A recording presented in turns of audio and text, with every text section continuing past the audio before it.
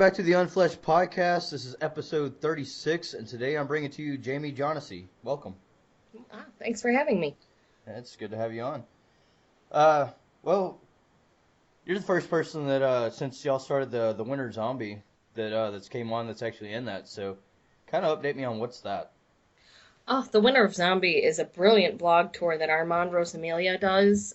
He does Winter of Zombie and he does Summer of Zombie every year, and it's all of us zombie authors get together. We write guest posts about zombies. We share a little bit about our newest zombie book and just get together and party, and it's a lot of fun. I love it. There's always there's giveaways happening every day. You can win books, t-shirts. I'm giving away mugs and books, so a lot of fun.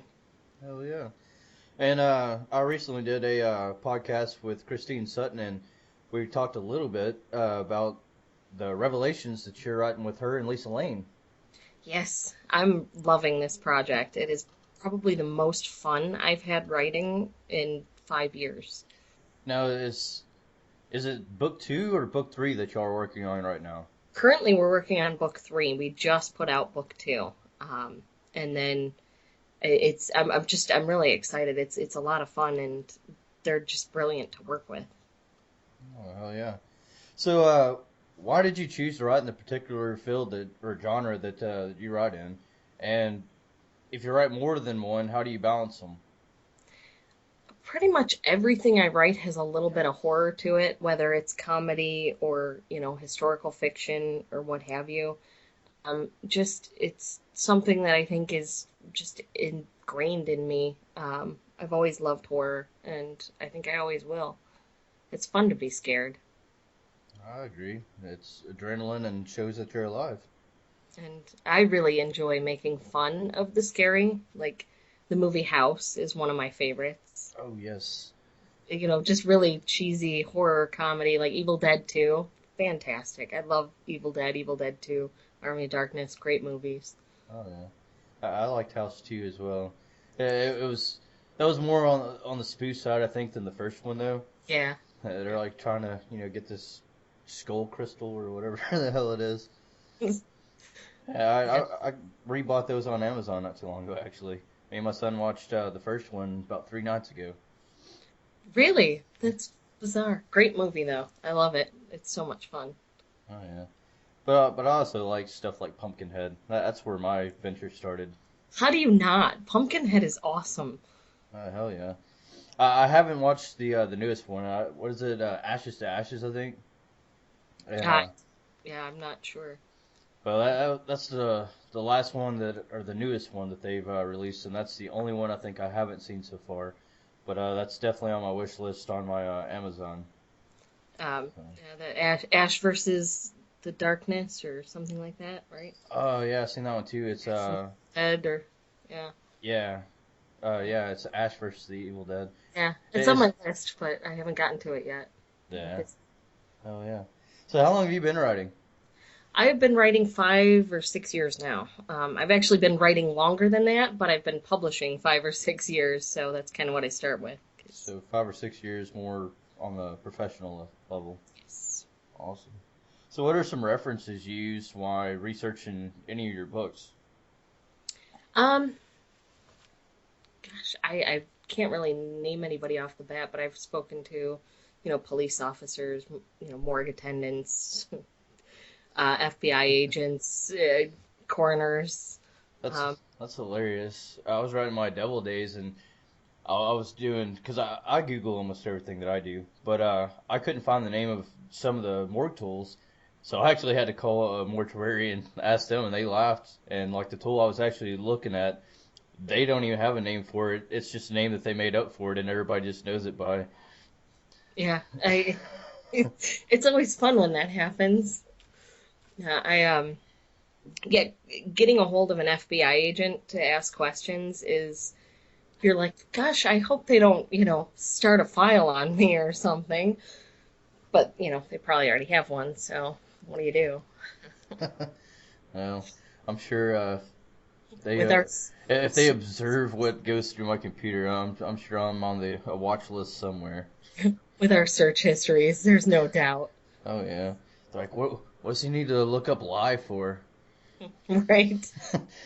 Like, yeah, He's got yeah. he's got lye, duct tape, and a shovel in his Amazon cart, guys. Oh yeah. Let's see here. What do you think most characterizes your writing?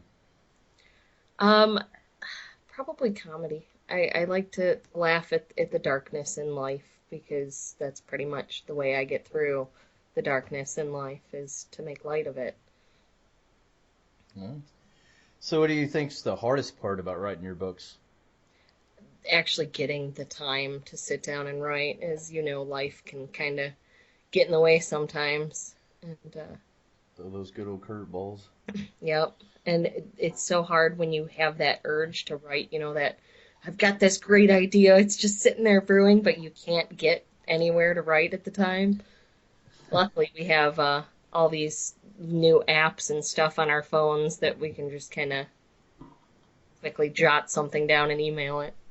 Well, I'll tell you what. I don't know if you do this or not, but I'm really horrible about it.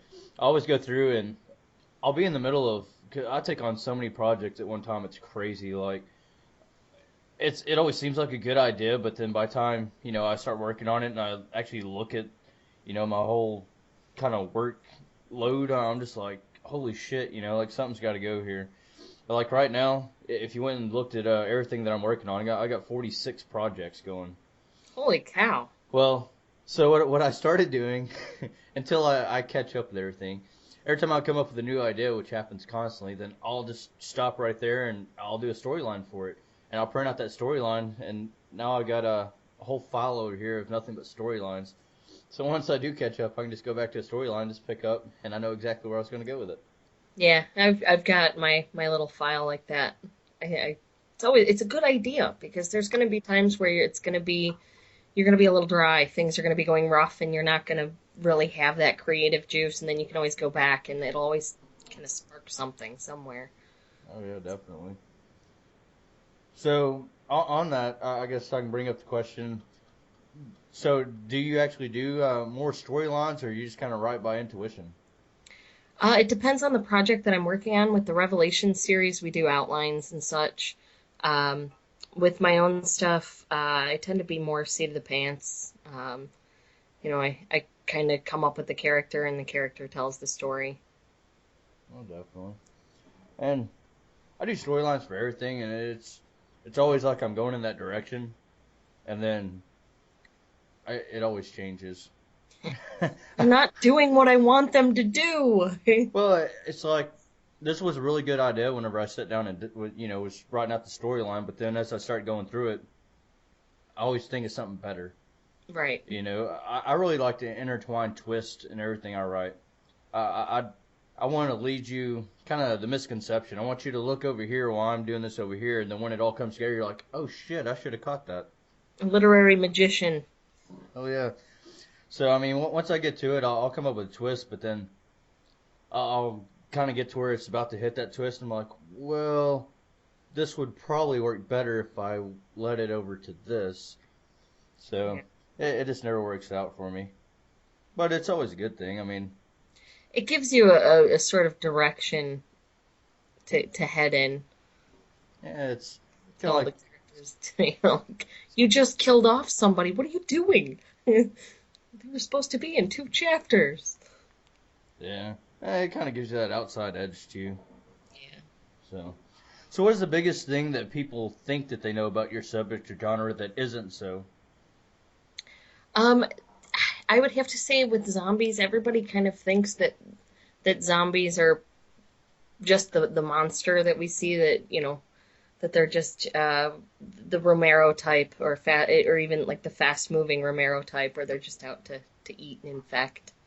And I like the history of the zombie. I like going back to the Haitian voodoo zombies that were just pretty much mindless slaves, drones used for labor and whatnot.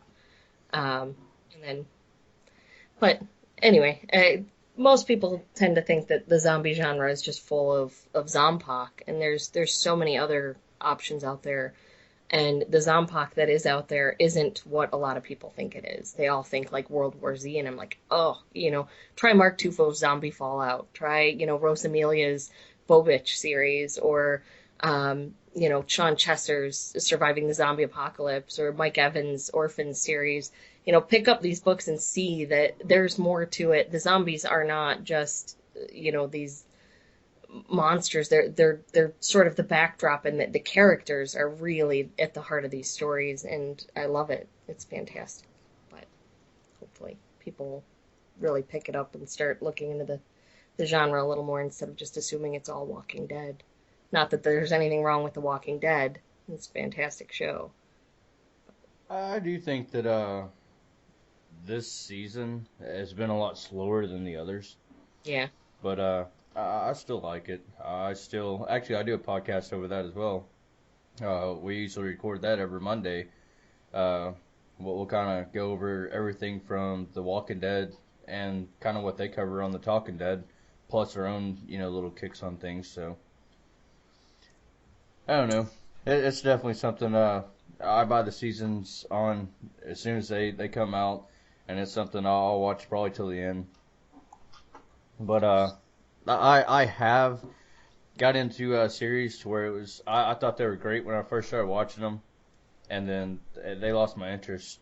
I don't know if you ever seen the TV show Lost. Yes. I started watching it, and it all made sense. Everything was going, and it seemed like a pretty cool show. And then I got deployed to Iraq, and by the time I could get back around it, I was lost. Like now all of a sudden they're finding like underground UFO layers or some shit, and a dinosaur or something, and they're off the island. They're on the island. I was just like, okay, I'm done. Yeah. It's sort of I've heard that. I never got into Lost, but yeah, I heard it kind of jumped the shark midway through. Yeah. Let's see here. So, what would you say inspires you?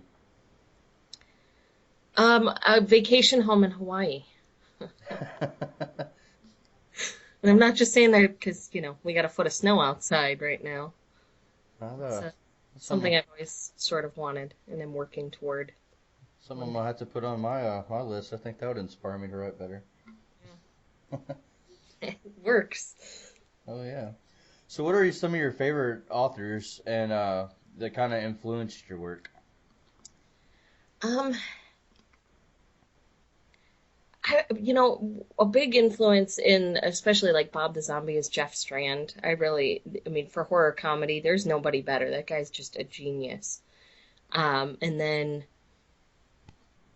really, like with the Revelation series, I'd have to say like Kim Harrison, the early Laurel K. Hamilton, Anita Blake, like the first few books before it went off the rails.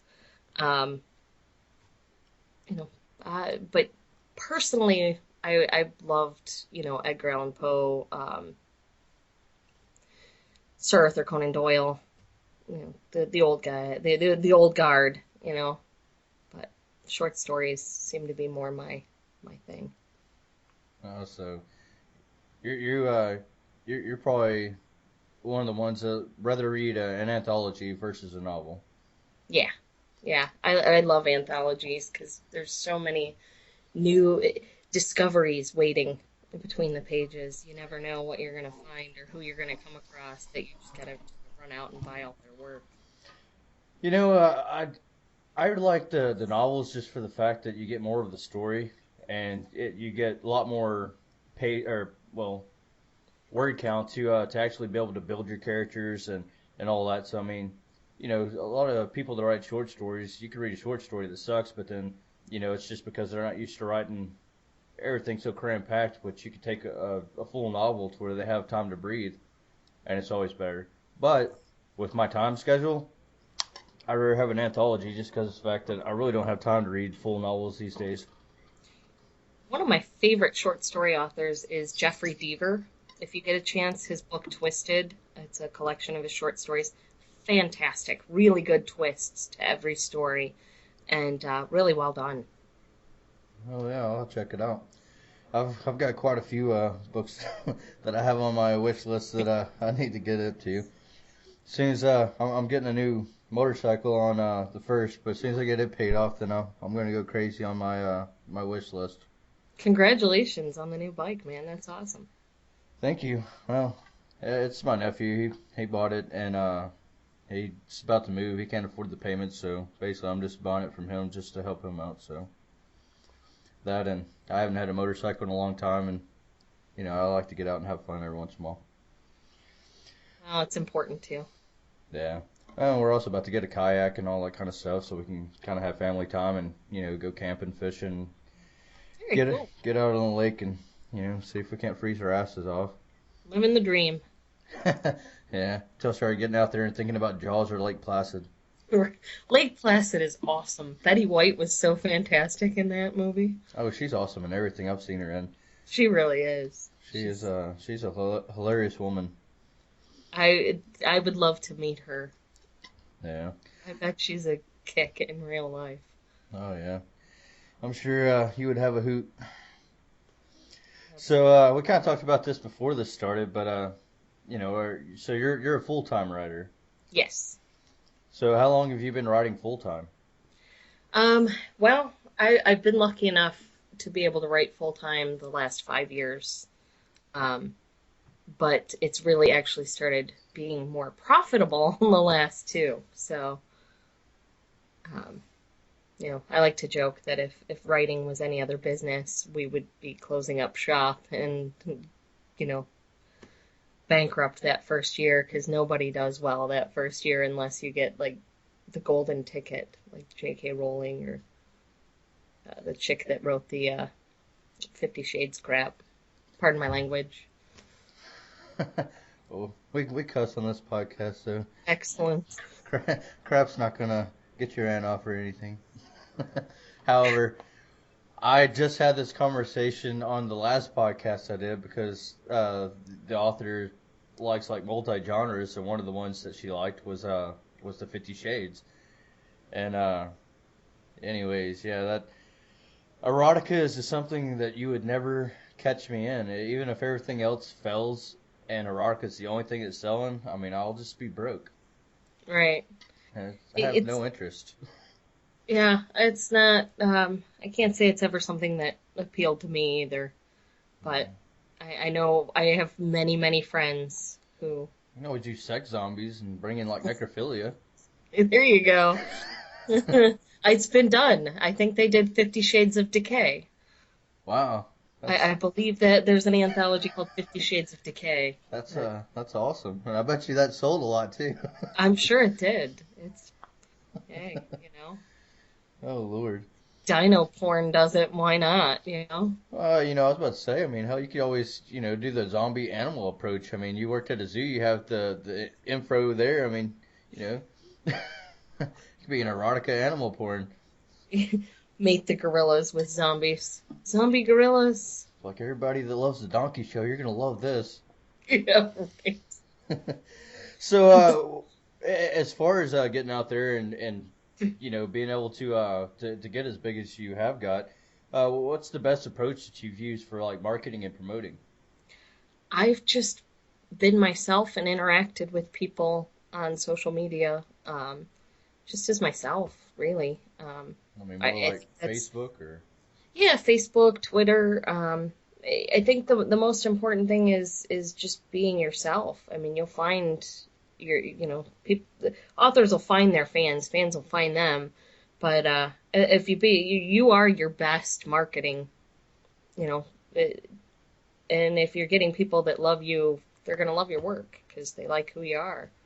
So I definitely agree. I do videos and everything else to do a lot of my updates just so it's more personal for my fans. So it's not just them reading another status. They can actually see me, hear me, and all that kind of stuff. I definitely do a lot of approaches behind what I do, but Facebook I'd have to say is my main one. I mean, I'm on Twitter and LinkedIn and God knows what else, but it's just I really don't interact with too many people, and I don't really have too many people to interact with me other than Facebook. Twitter, people will follow me and then turn around and send me a message on what they can do for me. I'm just like, yeah, good luck. yeah, you gotta love that. Oh yeah, and I'll ask you this because I've never had it happen, and so far on this podcast, I hadn't met anyone that's actually had it happen. Have you ever had anyone on Twitter that has hit you up on Twitter and said, "Hey, I seen your post and I bought your book"? No, actually, I can't say I have. I have had people say that they saw my post on Facebook and bought it, but Well, that's everyone else too. I don't know. I like the concept of Twitter, but I think that there's so many posts and it just gets covered up about as fast as you can post out there. I think it's more if you use it more like a search engine, like you search for the hashtag you're looking for, then you're good to go. But if you're not using hashtags, I think your tweets are just kind of getting lost in a sea. Well, that's my screw up right there. I don't hashtag anything. I didn't used to because I'm like, that's the number sign, people. Stop calling it a hashtag. But you know, I'm old, so I found the more I started hashtagging, the more people started following and finding my posts, and I'm not going to say I'm old, but I'm old enough that I was able to have a debate with my daughter between a number sign and a hashtag sign. So, you are old. No, damn, I'm just going to get called out. I told you I'm honest. No. You're only as old as you feel. Right now, I'm like 80. Give or I was about to say, if I'm as old as I feel, I might as well go ahead and put my other foot in the grave. take. So, what's helped you out the most between paperback Kindles and audio? Um, Probably Kindle. The whole Kindle explosion the last 5 years has really helped a lot of people that would never have even considered getting into the line of work. I've been finding Kindles starting to slow down a little bit lately. I think because they changed things up. I I have a whole conspiracy theory about this that that Amazon only did what they did and made it so that the indie authors were getting like top billing and were doing really well for the first couple years because they wanted to break that big five or the big six, and then they did it. They formed their own publishing company. Now they're going to pull away all those little, you know, tendrils that was keeping us going back and signing up for the KDP Select program. And little by little, they've removed all the little things that made it so different and so unique and so perfect for us, and now it's sort of slipping. I definitely agree with that. But I honestly think that as a self-published author, you can actually do more for yourself than what you could with being with one of the big six. Yeah, I do too. I want to say it's the big five now, though. It is the big five now. Amazon did it. Yeah. What was it? I think it was Penguin that bought out somebody else. Putnam. Yeah. Okay. But I don't know. I've been with some publishers. It definitely wasn't the big six, but I've been with some publishers throughout my career, and I actually did worse. I went from making a decent career to making nothing pretty much, and but it's a live and learn situation. I know you're with Devil Dog Press, Yes. with at least one of your books. I know. I've got three with them, and then I've had a few box sets through them. Uh, Awesome, awesome. yeah, I can't say enough good things about Tracy and Double Dog Press. They are just absolutely amazing. They really, uh, Tracy works her ass off. she really does. I'm not with Devil Dog Press, but she helps me out all the time. And She is literally an angel that I think kind of fell to earth and doesn't quite know she's an angel yet, but she really is an amazing human being. well, they do have one of my books, and it might come out through Devil Dog Press this upcoming year, but as of right now, honestly, I just submitted up to her maybe a week ago. We had talked about it for probably a month or so, but the story that I really wanted to submit up, I mean, it just wasn't ready. I told her, just give me a little bit of time, and I would probably have it to her around November. and she said that she'd try to clear it a little bit and go ahead and get to it. And I told her, it'd be fine if she waited till the first year.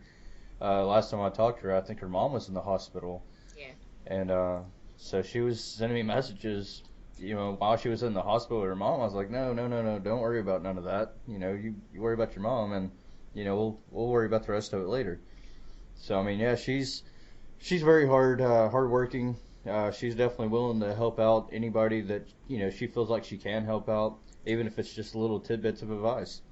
Yeah, she cares. And she really it's not just about publishing books and making sales. She really cares about the authors that she's got under her flag. She really cares about the editors, the cover artists. She's really good people. Yeah, I seen where she sent Armand a big ass thing of M&Ms and his Chelsea's Avenue release. I was like, hell, I better get a bag of M&Ms with my release. don't Anyway. don't be surprised if you do now, because she's good like that. She's awesome like that. Oh, I'm just messing with her. Yeah. Hell, I like messing with her. I like messing with Mark Tufo and all that. Especially, he started his little, campaign for kilts and all that good Oh, stuff. And yes, kilts that care. yeah, which hey, I'm half Irish, so I understand. We But put money toward that. yeah, Let's get him in a skirt. Come on. yeah, him and Armand. Ar- I don't know. I've never seen Armand in person, but that'd be a big ass kilt from what I've seen. He's he's a big guy. Yeah. Another angel, really good guy, really good person. Oh Him and yeah, his wife too, another angel. Good people. I've never talked to his wife. So, some people, I mean, I'll become really good friends with, and we kind of talk as a unit. I mean, I'm friends with their wife, I'm friends with them, my wife's friends with them, etc. But I don't know. It comes to problems and stuff, and I'm not sure if you've ever had it happen, but actually, this is something that me and Armand talked about. He came in and he brought it was Mark Tufo, him, and then their wives, and they did the podcast. And then all of a sudden, like all these people was, messaging Armand's wife and starting to get pretty personal. He finally had to go and, email some people and like, hey, look, you're making my wife pretty uncomfortable here. So, Yeah, I can imagine that would be. yeah, I don't know. Which that's like Tracy, she broke the ice for me. I'd never sent her a message. I didn't even know she was on my friends list, to be honest. But, and it was just kind of weird. Her first initial message to me was about the military, and I was just kind of like, what? So it was just kind of an odd thing there, she asked me if I was a former Marine. I was like, no, I was used to be in the Army, not the Marines. And then it just went from there, and she'll see one of my posts, and then she'll just send me a message and like, well, if you do this, I'm like, hey, I never thought of that. That's pretty awesome, though. Yeah, she's really right there for anybody that needs her. She's just like I said, an absolute angel. I've never met a nicer person in my life. Well, but you said you're a Walking Dead fan. What's your thoughts Yes. on Glenn? I actually have not gotten up to that episode yet, Oh Lord. but I've had it spoiled, so um, I don't know. I'd like to think he's still alive. Well, did you ever get into the comics?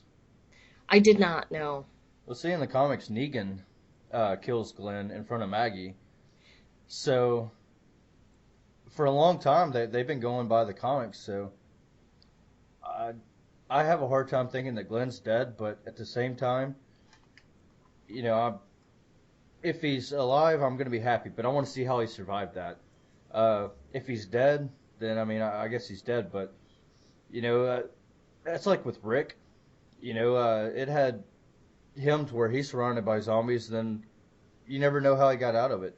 Just all of a sudden, he's just like open the gate and he's just there. So I mean, you know, if they're gonna do that, I want to at least see how he got out of that.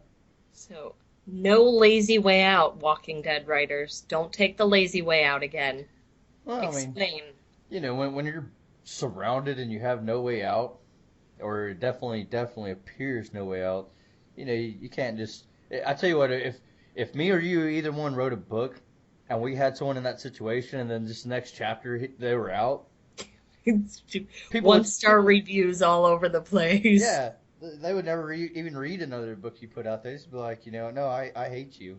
Yes. I mean, especially on a character that everybody loves. Yeah. Yeah, I mean that's how it would be. I mean, they'd be a 1 star, and that's all their review would be is I hate you. You are the worst writer ever. Please quit. Oh yeah. So, what projects are you working on as far as present? Currently, I am working on Cast in Shadow, the third in the Revelation series.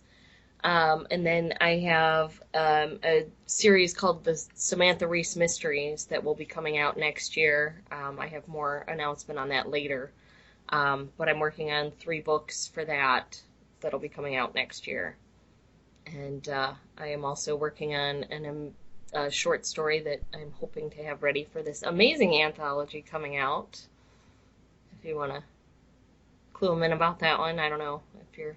Oh yeah, the Painted Mayhem. That's actually going to be 30 authors total, or out of everybody. And out of that 30 authors, I want to say there was 14 of them that was top end, like well-known authors. It was I mean, authors that have hit best-selling lists, has won awards, etc. I mean, they're pretty top-end authors. And then you got me. What are you talking about? You're bigger than I am. Hey, don't make this about weight. Wait, come on. Damn, now you're calling me fat. uh, yeah. I got 2 questions everyone hates, but I always ask. But before I get to those, what's your favorite book that you've wrote and why? My favorite book that I wrote will never be seen by human eyes, and hopefully not by little animal eyes either, because I don't want to do that to them. But it was my first novel, and I had just lost my career as a zookeeper due to illness. And I wrote it for my husband for our 1 year anniversary because the 1 year anniversary, the symbolic gift is paper. So I made sure to finish my first novel for him. And it means the world to me because it was written specifically for him, but it's horrible. And I will never do that to anybody. I will never make them read that. Hey, I'm still learning. everything. There's always somebody for everything. So I mean, you might put it out, and yeah, that might be your J.K. Rowling right there. Well, he loves it, so that's kind of all that matters. Actually, J.K. Rowling had actually thrown her manuscript in the trash. Yeah, Somebody else found it and went and turned it in after she got rejected from everybody. yeah. I She's got a quite the story that kind of I think has spurred a lot of people on to going, I could do that. And then, that first few years of no paychecks or, $5 here and there comes rolling in and they're like, this is awful. Yeah. Yes, you could go to India and work in a Nike factory and make 10 times more money than your average indie author. That's right. And have free Nikes to boot. Oh yeah, as many as you can carry. Right? So All they're right. all left foot. Who cares? Well, all right. So, what question do you wish someone would ask about you? Or nah, here's a better way to ask this. All right. What's one thing about you that nobody ever asked, but if they did ask, would explain more about you? Um, Gosh, that's a good question. Probably why I choose such difficult careers to break into. Um, and I guess the answer would be because I was always sort of taught you can do anything you want to do so long as you put your mind to it and you work hard. And so yeah, I mean zookeeping, it was literally 250 qualified applicants for every opening. So you kind of had to go wherever the job was. And well, as you know, being an author, it's harder than that even to get into it. So, The first person that's had an answer for that question. Congratulations. thanks. Ask me tomorrow, it'll probably change. That time I ate that Snickers bar. It was life changing. Absolutely. Well, they always say that Put you're down you're you're not yourself. When you're hungry, you got to eat a Snickers bar. put down the machete and walked right away from Grand Camp Crystal Lake. Oh yeah. All right. Well, and the other question is what's one thing that you absolutely love about your fans, and what's one thing you absolutely hate about your fans? Well, the thing I love most about my fans is just they're awesome. They're really good, loving, caring, sweet people. The thing I hate most about my fans is that I don't get to see them all in person more because, you know, they live most of them live far away, and I'd like to give them a big hug. I think the thing I hate worst about my fans is I can't write fast enough for them. Right. I don't think anybody can write fast enough for their fans. I'll put out a 700-800 page book tomorrow, and they'll turn around and tear it apart in like one night, and like, when's the next book coming? I'm like, Right. are you kidding me? It's well, don't forget Misery. There's a whole book and movie about. Yeah, Fans can't wait for the author's next book. that's why I don't go and visit all my fans and give them hugs. Right. Yeah, I'm just I'm not all about that life. Right. Beware the ones that don't swear. Yeah, that cockadoodie. Right. Yeah, no. I've even had some of my fans joke about that, because I would go and do these book tours, and they're like, "Oh, well, go Annie Wilkes on your ass." And it's like, yeah, I may skip out on that one. Right. No thanks. Security. Yeah. Um, could you maybe not? Oh yeah. So, how many books have you written? Um, that have been published or all told? Published. Uh, let's see. One, two, three. Like six full-length books and, a few novellas here and there. Um, Oh, and what do you consider as far as like full length? like 40,000 words and above. Well, and I debate this with everybody, and the reason why is because everyone you talk to, they say something different. And I've heard 40,000 words. I've heard 45,000 words. And then some of these companies I've talked to, they said that they have to be between 60,000 and 90,000. I kind of tend to go off the sci-fi writers and the Stoker Award um, novella length is 40,000. So No. I talked that's to Penguin at one point. I want to say they said it was 60 to 90. yeah, I was like, wow, good luck, buddy. You ain't never going to get one of my books. yeah. Unless I start putting them all together, then you can have it.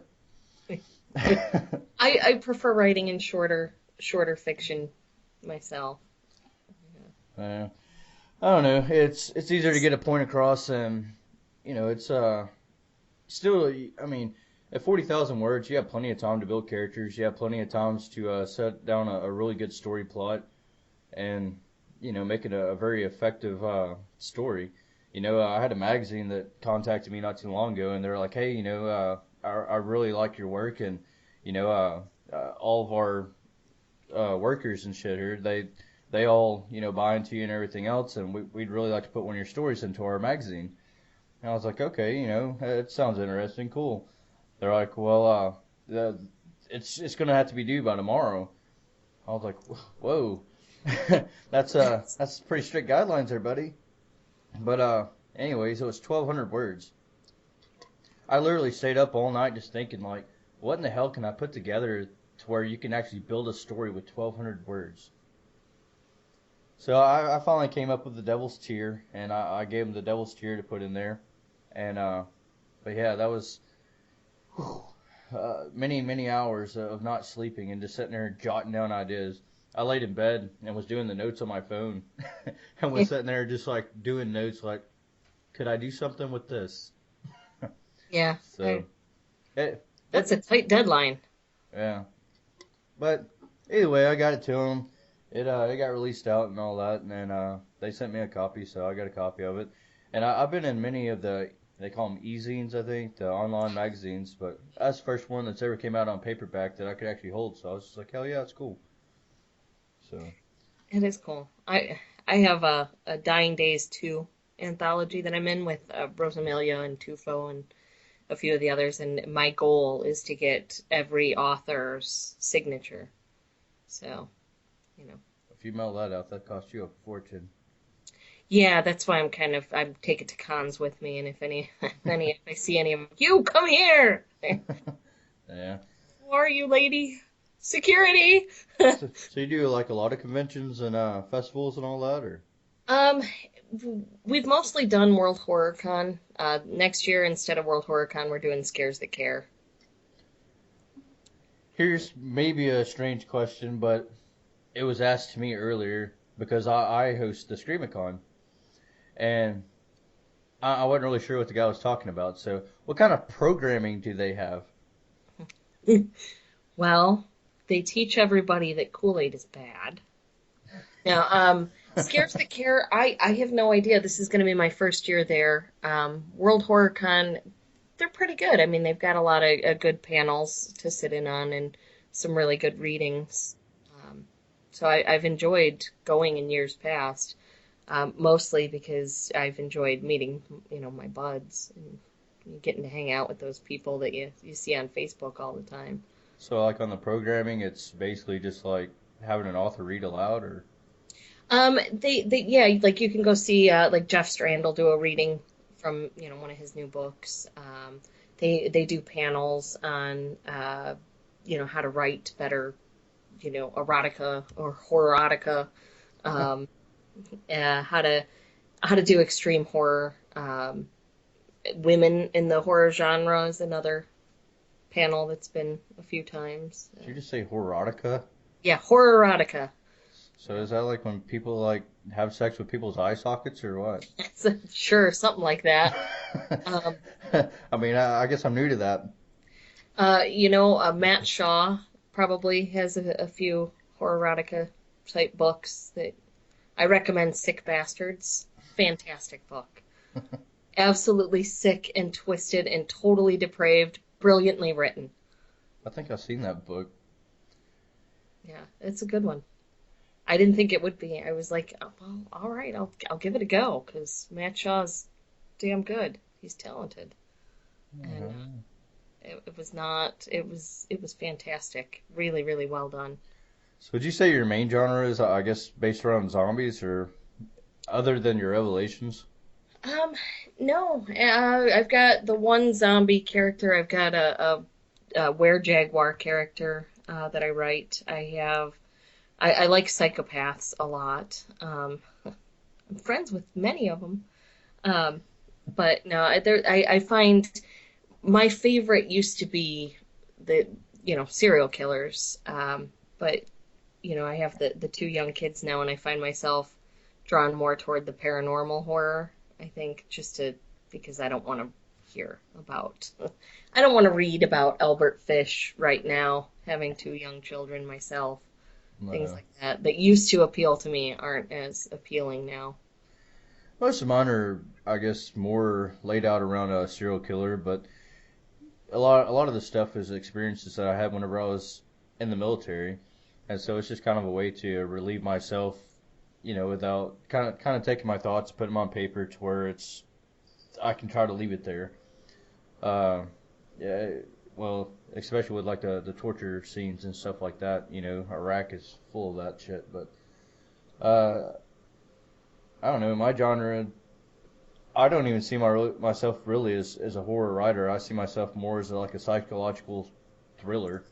Yeah. And everyone just kind of threw me in the horror genre, so I was just like, well, okay, I can't argue with everybody. So It's it comes and goes. I mean, one day you'll be psychological thriller, the next day you'll be horror, the next day you'll be dark fantasy. You just kind of got to go where they tell you and be like, okay. well, and even on that aspect, I mean, you write as a business. I mean, this is your business. So I mean, how do you kind of go about to see like what's more high in demand, like what you need to write about? If I have a contract for it, I write it. Otherwise, I tend to go for what entertains me. I write, something that I think I would enjoy reading, and then, try to find home for it. So you get contracts before you even write the book. I have a few, yeah. Damn, I need to figure out how to do that. A lot and some really, really good people.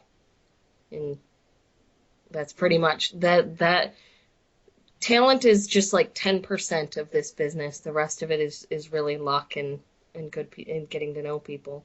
I would definitely agree with that. And I say that I have done some contract writings, but it's always been anthologies or something like that. People will, hit me up and be like, hey, I'll contract you at such and such percent, royalties based off of this, and I'll give you this much up front to do it. And I'm just like, okay, let's do it. And yeah, I have turned some down. It just kind of depends on what the subject matter is at hand. Some of the things that even if I'm not fully interested in, I can kind of pull my style into it enough to where I can make it interesting for me. But some of the stuff is I've been asked that's way off in left field, and I'm just like, nah, it's Can you just write Nicholas Sparks' next book? yeah. And it's funny too because we're on the last podcast we were talking about James Patterson. It's like you know, God. he don't write his books and shit anymore. Like he pays someone to do it. And anyways, so S.K. Ballinger asked me, if he gave me $1,000, would I write a novel for him? I said no. He said, well, it's $1,000. I was like, dude, if you think about it, you spent 9 months writing your last book, and would you take $1,000 to write that book? He's like, well, yeah, it's $1,000. I was like, so okay, if a job called you right now and you could go flip damn burgers or go work for Amazon or whatever, you'd work for 9 months for $1,000. He's like, oh well, no. I was like, I wouldn't do that either. Which of course it's not going to take me 9 months to write a book, but it did him. But either way, I feel like my time's worth a little bit more than that. Yeah. And that's the thing about this business is there are varying levels of people and presses in this business, and you have the people that are like for the love, and it's like, well, I don't mind for the love if it's going to a good cause. I have no problem with for the love if it's going to charity, absolutely. But Oh. when they expect an author to do a for the love anthology, and you can see that they're making money hand over fist on these things, and the authors aren't making anything. It's like, wow, you're not really out there for the authors. You're just out there to make some money off of them. And I have done some anthologies that I've done for free for people, just to kind of help get their name out there because, I have read some of these people's work and they're really good and they really deserve that recognition that they're not getting. So I have no problem with helping out some people. But I've always been the type, that I've helped out everybody. I've helped people with covers. I've helped people with, just kicking thoughts back and forth. Whatever the subject may be. I've even had, people that was my fans that really love my books, and they would ask me if I would talk to their daughter or their son because they're really into writing, and I've actually called some of their kids up and talked to them about writing, just to kind of tell them how it goes and all that stuff and try to help out. And I've done many public speakings at schools and stuff like that for kids. That's awesome. But no, I'm not into doing something just to make you money. It's like Painted Mayhem. Yes, you're doing it, I'm doing it, and there's several other big names into it, and I'm sure it'll make a killing, but I'm not getting a dime of it. All that's going to families, that kind of suffer through the whole PTSD, and Right. and in my career, I've given away 2 cars for people that had PTSD coming back from the military that they, can't really hold down jobs. They can't do this. They can't do that because they suffer from it. Well, And yeah, we need to do more. We yeah, need to do more for our vets. It's not right what we're doing in this country. We ignore them. We pay them less than a Walmart employee to go over there and risk their lives, and then we're like, "Oh, you're back. Good luck. I'll see you later. Here's $5 and an apple." well, what a lot of people don't understand is, coming into the military, an E1 private, they make $18,000 a year. Hmm. You know, actually no, I want to say it's less than that. I want to say it was 13,000 something a year. Either way, it's yeah, way low. It's It's crazy, and I mean, you almost have to go to war to even make decent money because if you go to war, then at least being there, then you're gonna get your basic housing allowance and your hazard pay and all this other shit. But it's still it still comes down to where you're making way more. And I love watching football, but I hate to watch that they're signing these contracts for like $180 million for 4 years or exactly. We're as a society putting too much onto movies and sports, and we're ignoring entertainment, or we're ignoring education and healthcare and the things that are really important to us as a society. no. And we're like, oh well, we're bombing such and such today, but hey, look, Kim Kardashian's ass is all over the place. Well, that's way more important. It can hold a wine glass. Right. It's yeah, it's ridiculous. And I think we need to start shifting back to what's really important, and you know, especially education in this country. No Child Left Behind screwed us big time. I think out of all honesty, the United States is going to have to hit another depression before people start realizing things. I agree. I mean, it's a sad story, but I see that happening. Yeah.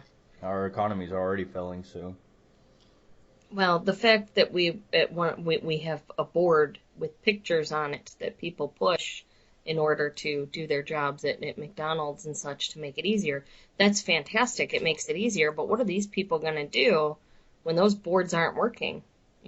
I know 2 years ago, we came close to a solar flare that would have wiped out technology as we know it. What do we do then?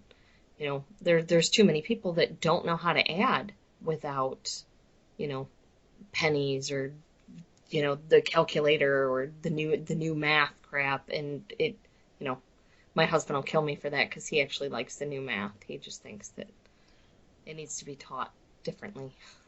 I don't know. I mean, whenever I was in school, math was easy for me. I tested out in the eighth grade, and I tested out at a junior level of college, and I mean, it was always easy for me. Whenever I was a freshman, they'd already bumped me up to calculus, Wow. and if I'm not mistaken, I don't even think they have calculus anymore. They do, but now they also throw in geometry, algebra, and everything all in the same year, like at the same time. And they're doing it to kids that don't know how to even add, you know, properly. So it's a losing battle. Well, And and a lot of their teachings, it's not even to teach you like what's really going to help you out in life. They're basically just teaching you for the STAR tests, yes, yeah, and it's which I mean it was TASP or TOS or something like that whenever I was in school. But I find that ridiculous. I mean, how many kids come out of school and can go get a bank account and actually fill out a damn check? right. They don't It's know how to balance out their checking or anything. yeah, They, it's they just fall negative in the hole, and they're just like, well, what? I had money in there. No, you spent it. but it shows, like my husband was working as a teacher at a middle school, and a child wrote on his math test, "I don't need to know this. My parents are rich." Well, he got, an incomplete because he didn't do the test. The parents came in and complained because the kid got an incomplete. And Chris is like, well, of course he didn't, do the work. And the parents literally did not care and were like, well, we have accountants. He doesn't need to know that.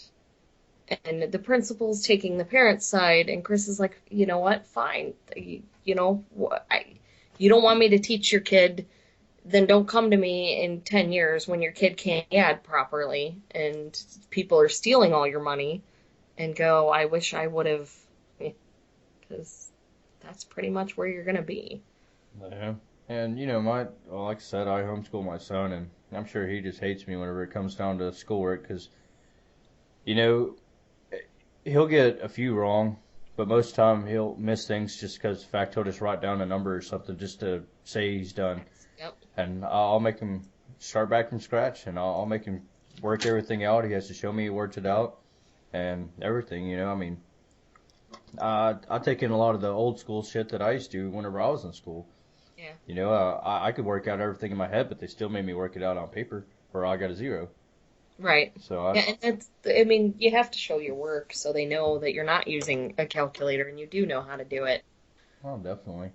And if you're doing it wrong, the teacher can see where you're doing it wrong and how to teach you, how to go from there. So, but, you get 35 kids in a class, they all have their cell phones out. You're not allowed to take any of those cell phones because that's illegal.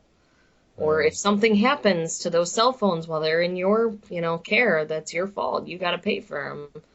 I mean, what do you do? I mean, you can't really keep control of a class. I think it was really smart. I seen on Facebook here a while back, and a guy, he has a, I don't know, it's kind of like a little cubby type thing, and it's got the little pouches in it, and it's 1 through whatever, 1 through 30, 1 through 50, whatever it was, and each seat, represents a number. You had to put your cell phone up there to be counted that you were there. If you weren't, then you were going to be counted absent. So, I mean, they put their own phones in there and they collect them at the end of the day, or at the end of the class. I suggested they do a little something, or, like a one of those inbox, outbox things. Yeah. And each kid has a slot. But Chris said that if something happened and somebody stole the cell phone, he's then responsible. Well, that's true. Yeah, our society's definitely not what it used to be, so. No, it's not. Well, last question, and then I'll let you tell everyone where they can find you. Do you have any upcoming authors that's really been catching your eye? Ricky Cooper is a good one. He's a British author. He's got a couple zombie books out. Started a series. Definitely worth keeping an eye on. Another good one. My co-authors, Christine Sutton, Lisa Lane. You can't go wrong with anything by them. Lisa Lane writes under the name Liam Lane for her literary work, and if you like dystopians, her World Mart series is just brilliant. No. And Lisa does editing too, doesn't she? Yes, she does. She's a fantastic editor. One of the best in the business, in my opinion. Awesome. So, we're probably a little bit over our time, but go ahead and tell everyone where they can find you. You can find me at Amazon, Barnes & Noble, Smashwords, Kobo, Sony, iTunes, all the usual places. I will also be at the Ortonville Christmas Festival, December 5th from 1 to 4 p.m., signing books at Thompson's Hardware. Because that's right, I like to be in the hardware store. It's my place. I love that place. Is that the weirdest place you've ever done a book signing? This is my first book signing. Huh. But I'm good friends with the owner of the store, and the festival's pretty cold, so she offered me her store to come in and warm up. Well, my weirdest one was in a bar, and I didn't go there to sign books. I went there to drink, and it turned out to like everybody knew me, and it just turned into my buddy that owned the bar setting up a table and all this other shit. And That's anyway, awesome. it was crazy. That's really cool. It's gonna be like a top memory. I mean, it was the only time I've ever been able to do a book signing and actually sit there and drink a beer. So Very cool. So that aspect of it was pretty neat, but the rest of it not so much. Well, it was good for you to come on to the podcast. Burn you to the ground, burn you to the ground, burn you to the ground, burn you to the ground, burn you to the ground, burn you to the ground.